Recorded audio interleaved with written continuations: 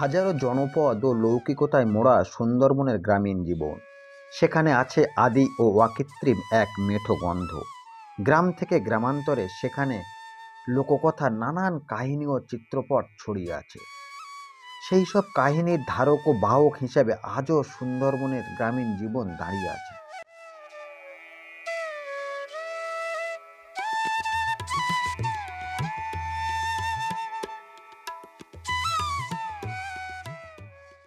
সভ্যতার বয়স বাড়ে, কিন্তু বয়স বাড়ে না প্রকৃতির। হাজারো সাজানো সভ্যতার স্মৃতিচিহ্ন নিয়ে সে আজও দাঁড়িয়ে আছে স্বমহিমায়। তাই ইতিহাসের চরবৃত্তি করতে এসে আমরা খুঁজে পেলাম এক ঐতিহ্যের ভাণ্ডার। হতে পারে আপনার একদণ্ড সময় কাটানোর নির্জন মুহূর্ত। শীতের সকালে সময় চুরি করে আপনি দেখে আসতে পারেন, ঘুরে আসতে পারেন সেই স্থান। তো ঝিলের পাড় দিয়েই কয়েক হাজার নারকেল গাছ, খেজুর গাছ, সুপারি গাছ, বিভিন্ন ফল ফুলারি গাছ ছিল। আবার দেখলেই আপনারা বুঝতে পারবেন, ক্যামেরার মাধ্যমে আপনি দেখাচ্ছেন যখন। তো এটাই হচ্ছে ঝিল। আর এই ঝিলের ওই দিকটাতে আমরা দেখিয়েছি এর আগে, হ্যাঁ, প্রয়োজনে আরেকবার দেখাবো। এই সামনে হচ্ছে কৃষ্ণবাবুর হচ্ছে সান বাঁধানো যে ঘাট, এই ঘাট জমিদার বাড়িতে সবাই ব্যবহার করতো। সেই জমিদার বাড়িতে আমরা যেটা শুনেছি বাপ কাকা বা দাদুদের কাছ থেকে, এটাই জমিদার বাড়ি। আর জমিদার বাড়ির এই যে পোঁতাগুলো দেখা যাচ্ছে উঁচু উঁচু, এখান দিয়ে বাড়ি ছিল। আর ঠিক ওর উল্টো পাশটাতে 2000 বিঘে যেহেতু ওনার জমি ছিল, জমিদার, তো সেই জমির ধান ওখানে রাখা হতো। ওখানটাতে ওই বট গাছ হয়ে আছে, ওখানে সেটা রাখা হতো। বট গাছ হয়ে গেছে, অনেকদিন পড়ে আছে যেহেতু। আর এটাই হচ্ছে সেই সান বাঁধানো ঘাট। আচ্ছা, শুনছিলাম এখানে প্রায় 2000-এর উপরে শুধু নারকেল গাছ। হ্যাঁ, 2000 কেন, তার বেশি ছিল। মরতে মরতে ওই রকম এখন আপাতত আছে হয়তো। আচ্ছা, এখন এই কটাই আছে? হ্যাঁ, প্রচুর নারকেল গাছ।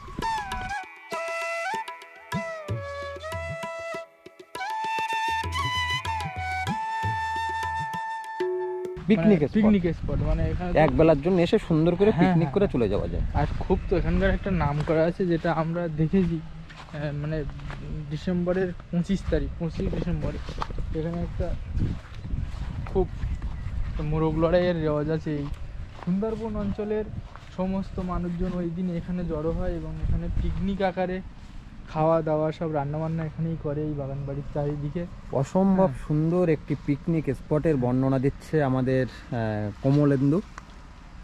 তারই একটা তথ্য সূত্র ধরে আমি এসেছিলাম মুখার্জি বাগান, মুখার্জি ঘেরিতে। প্রায় 250 বছরের পুরানো এই মুখার্জি ঘেরি সুন্দরবনের একটি অসামান্য স্মৃতি বহন করছে। তারই নিদর্শন দিতে শীতের সকালে কমলেন্দু এসে হাজির হয়েছে এই পিকনিক স্পটে। সেই পিকনিক স্পটের ইতিহাস তার সঙ্গে জুড়ে আছে, সেহেতু আমরা চলে এসেছিলাম। ইতিহাসের সঙ্গে একটা সুন্দরবনের ঐতিহ্য, এবং সেটা যদি পিকনিক স্পট হতে পারে তো তাহলে একবার উঁকি মারা যায়। সেই উঁকি মারার জন্যই এখানে আসা। আর তার সঙ্গে কমলেন্দু ছোট ছোট তথ্যসূত্র দিয়ে, এই যে খেজুর গাছগুলো দেখলে এখানে বোঝাই যায় যে এখানে বাড়ি ছিল। এবং এখানে যে খেজুর গাছ কাটলে, আপনারা যারা জানেন, গাছ কাটলে যে এই যে থাক থাকে বছরে বছরে একটা থাক, হ্যাঁ, এটা দেখলেই বোঝা যায়। অনেকগুলো খেজুর গাছের এইরকম আছে, অনেকগুলো খেজুর গাছ।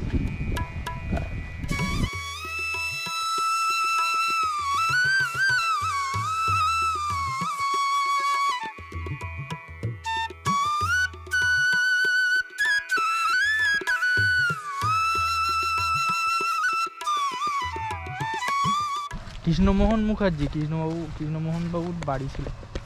ধানের গোলা, এটা মনে হচ্ছে ধান বানানো মেশিন টেশিন এরকম কিছু একটা রাখা। এখান থেকে গেলে বোধহয় বোঝা যাবে যে এখন ইটগুলো বট গাছের সঙ্গে। হ্যাঁ, বোঝা যাবে।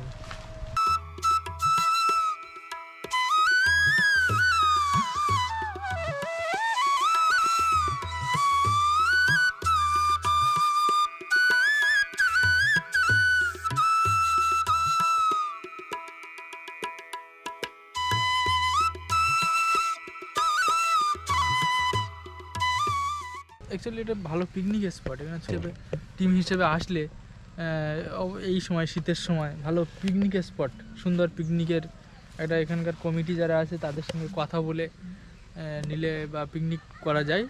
সারাদিন থাকলে কোনো অসুবিধা নেই, সন্ধ্যার পর যেহেতু এখানে কারেন্টের বা লাইটের কোনো ব্যবস্থা নেই সেই জন্য লাইট অফ হলে থাকার একটু সমস্যা আছে। মানে এখনো এখানে একটা প্রাকৃতিক ভাবটা রয়ে গেছে। হ্যাঁ, যে সুন্দর, কারেন্ট নেই, একদম সুন্দর একটা সুন্দর পরিবেশ। সুন্দরবন এলাকার মধ্যে একরকম বলা যায় এইরকম, সে জঙ্গলের মধ্যে নদী নালার মধ্যে তো প্রাকৃতিক স্পট আছেই আছে, কিন্তু এইখানে এই একদম সুন্দরবনের উপকূলের ঠিক মাঝ বরাবর জায়গা, এখানে খুব সুন্দর মানে পিকনিক স্পট, যেখানে নেই কোনো জলের ভয়, নেই কোনো পশু পাখির ভয়, সুন্দর প্রাকৃতিক পরিবেশের মধ্যে একটা পিকনিক স্পট।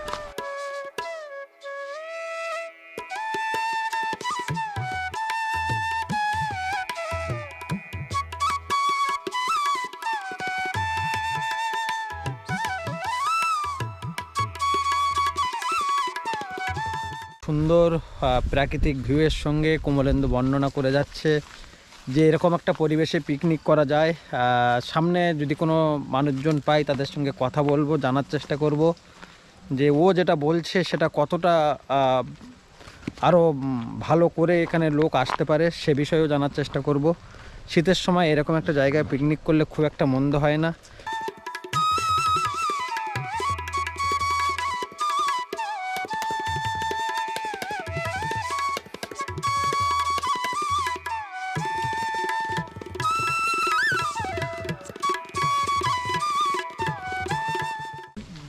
তো ঘুরে দেখানো, হেঁটে দেখানো খুব মুশকিল, যে 2000 বিঘের সম্পত্তি।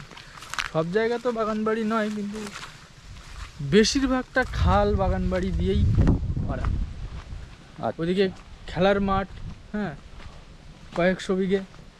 তো এগুলো গাড়ি নিয়ে ঘুরলে বোঝা যাবে যে কতটা জায়গা জুড়ে এই খাল, পুকুর, বাগান।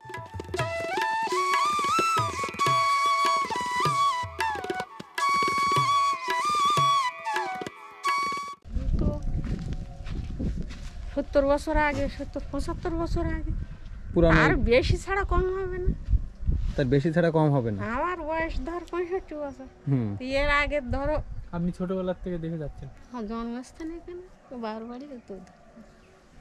আচ্ছা, এখানে কশো বিঘে সম্পত্তি? শুনছিলাম 2000 বিঘের মতো। 2200 বিঘে না 2100 বিঘে এরকম। 2100 বিঘে।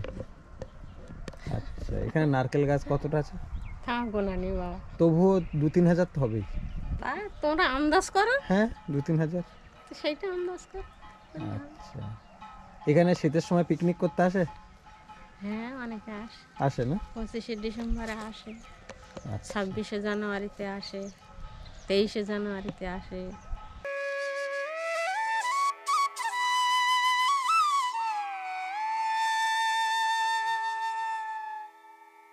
তিন চার জনে পাজা হোক, বেড পাওয়া যাবে না 3-4 জনে, আশা করি দেখতেই পাচ্ছেন। হ্যাঁ,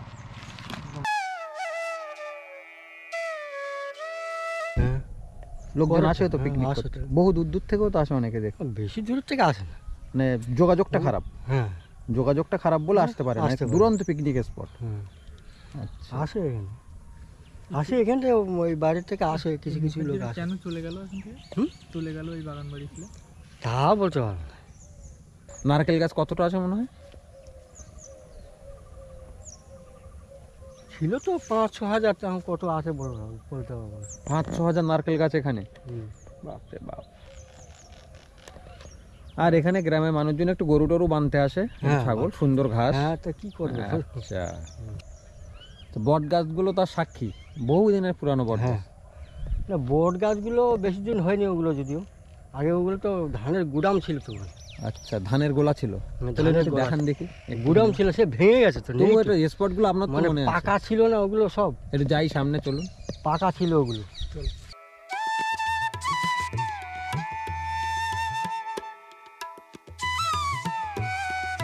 এই তো এখানে পাকা ইট দেখা যাচ্ছে। হ্যাঁ, আবার। ওই ইট দেখা যাচ্ছে না, ওই পাকা গুদাম ঘর ছিল আর কি। এই জমি মানে ধানের গুদাম। ধানের গোডাউন। গোদাম ছিল। এই যে এখনো ইয়ে রয়েছে, দেওয়াল রয়েছে এখন। এই ইটে বট গাছ উঠেছে কিন্তু ইটের ভিতর দিয়ে না, এই দেখো এখন বাড়ি না, লোকজন না থাকলে কি হয়, যা হয় আর হ্যাঁ যা হয় আর। ধানের গোলা। এইসব গাছ গাছাল আগে তো ছিল না, হয়েছে এখন ওই যে দেয়াল টেয়াল সব ভেঙে নিয়ে পড়েছিল, আচ্ছা এসব গুদাম ঘর তো ছিল। এখন এখান থেকে আমার পুকুর অব্দি আসবে, দেখতে পাচ্ছি এই তো। গলা গলা ছিল ওইদিকে, হ্যাঁ ওই যে তিনখানা, এখানে কাঁটা আছে, সব বাচ্চারা সব ভেঙেছে। ধানের গোলা কখন ছিল? গলা ছিল ওই ধারে ছিল, ওই লাইনে ছিল। ওই লাইন দিয়ে কখানা হ্যাঁ, ধানের গোলা ছিল? 3-4খানা ছিল, 3-4খানা। আচ্ছা 3-4খানা থাকতো। আর এটা পুরো মানে ধানের গুদাম ছিল, পাকা আর কি, আচ্ছা পাকা করা ছিল। ঠিক আছে, বেরিয়ে চলেন এখান থেকে, সাবধানে দেখে চলে, বোঝাই যায়। দেখে দেখে চলে।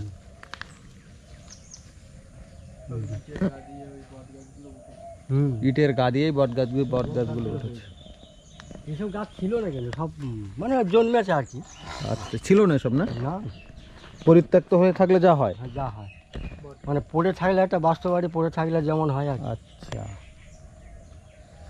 যেন ভূতের বাসা হয়েছে এখানে। ওই আর তাছাড়া কি, এসে এইসব লাইনে সব ঘর ছিল সব। আচ্ছা এই তো দেখে বোঝা যাচ্ছে ঘর ছিল। এইসব লাইনে, ওই লাইনে ওই রান্নাঘর ছিল ওই মাথায়, সব পাকা ঘর ছিল না বড় রান্না, হ্যাঁ মাটির ঘর? হ্যাঁ মাটির ঘরে বেড়া দেওয়া ছিল, ইটে।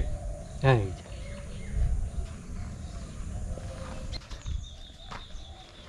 দেখলাম শুনলাম যে কয়েকশো বছরের তাদের বসত বাড়ি ছিল এটা। এখন বট গাছ জন্মেছে তার গায়ে। হ্যাঁ। আর এই উঁচু উঁচু ঢিবি দেখতে পাচ্ছি যেগুলো, এগুলোই হচ্ছে এক সময় তাদের বাড়ির ভিত যেটাকে বলা হয় সেটাই।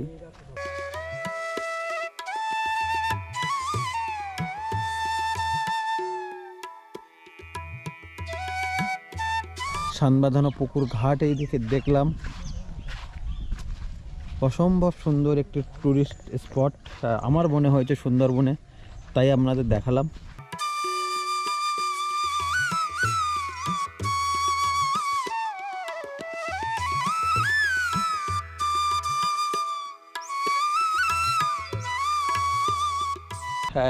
পিকনিক স্পট হিসাবে জায়গাটা খুব একটা মন্দ হয় না। আসতে হবে কিভাবে সেই কথাটা এবার একটু বলা দরকার। আপনারা এখানে আসতে গেলে প্রথম কথা হচ্ছে ক্যানিং থেকে সরাসরি চুনোখালি থেকে সরাসরি নদীপথে ডুগডুগি বাজার, সেখান থেকে ভ্যান পথে এখানে আসতে হবে।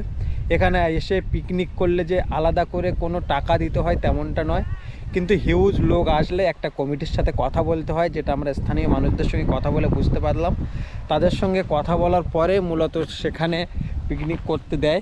সেখানে ন্যূনতম একটা কস্ট ধার্য হলেও হতে পারে, তবে সেটা যে খুব বেশি হবে তেমনটা কিন্তু নয়। এর বাইরে আর বলতে গেলে তেমন কিছু এখানে রেস্ট্রিকশান নেই। তবে পিকনিক ফ্যামিলি হিসাবে যদি কেউ পিকনিকে আসেন, বেশ একটি টিম হিসাবে এখানে কিন্তু পিকনিক স্পট হিসাবে দুরন্ত, এবং আশেপাশে মানুষজন যেহেতু কম, তাই নিরিবিলিতে একটা বেলা অনায়াসেই কাটানো যায়। কলকাতা থেকে আসাও যায়, আবার চলেও যাওয়া যায়, খুব একটা অসুবিধা এখানে হবে বলে আমার মনে হয় না। সারি সারি নারকেল গাছ, তার সঙ্গে পুকুর, তার সঙ্গে শ্যাওলা, তার সঙ্গে নির্জন প্রকৃতি, এগুলো দেখতে পারবেন।